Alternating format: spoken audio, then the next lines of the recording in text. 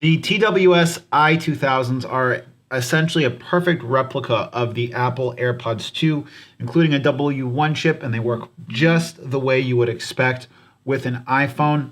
But what I was curious about is how these are going to work on my Redmi K20 Pro, and if, as an Android user, I could understand some of the appeal of this type of headphones on the Android side.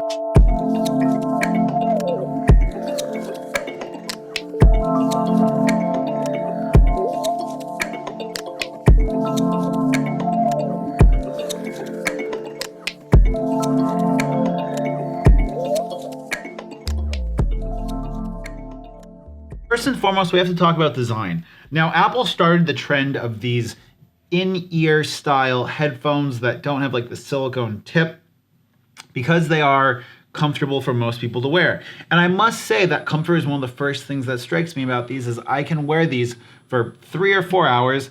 They offer a good sound experience, not much in the way of sound isolation, but they offer sound right in the ear with very little ear fatigue. In fact, I'd say that these are more comfortable than the Xiaomi Mi Air 2 headphones, which I'll have a review of linked up here. In regards to connection, these utilize the Apple W1 chip or a clone of the Apple W1 chip of some sort.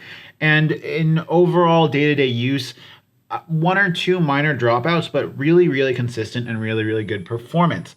I can take one headphone out, they stop playing. If I put it back in the case, it goes into mono mode, and this works with either headphone.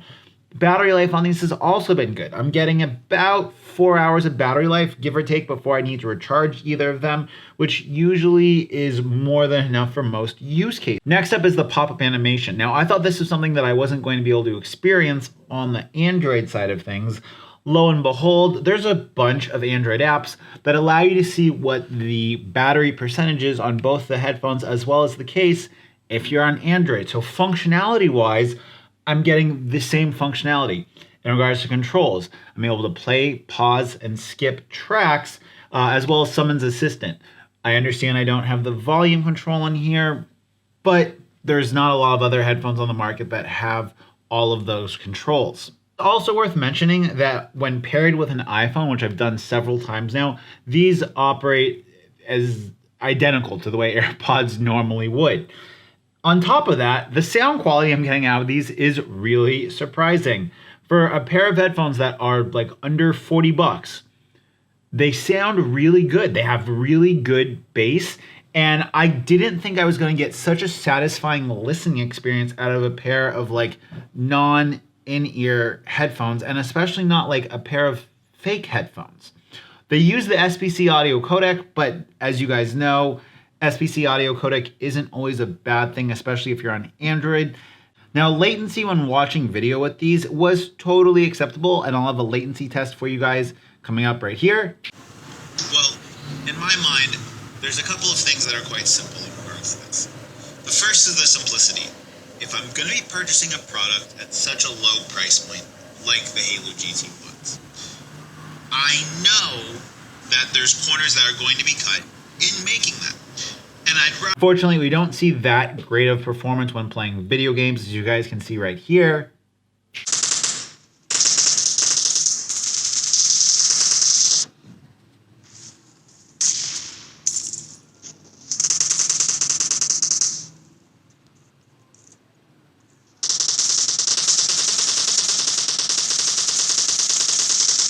But although the performance on these when playing video games isn't amazing, it's also just kind of average for other truly wireless headphones. Not that it's good, not that it's bad, it's just average. Something I was really truly hoping to be blown away by was good microphone quality, and that's something that these headphones have not really given me. And I'll give you guys a test of the microphone right now.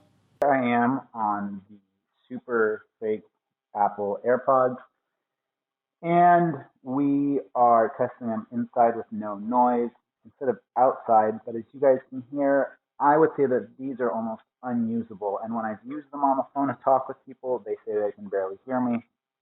I'm not going to test these outside because, as you can hear with no background noise, they're pretty much unusable.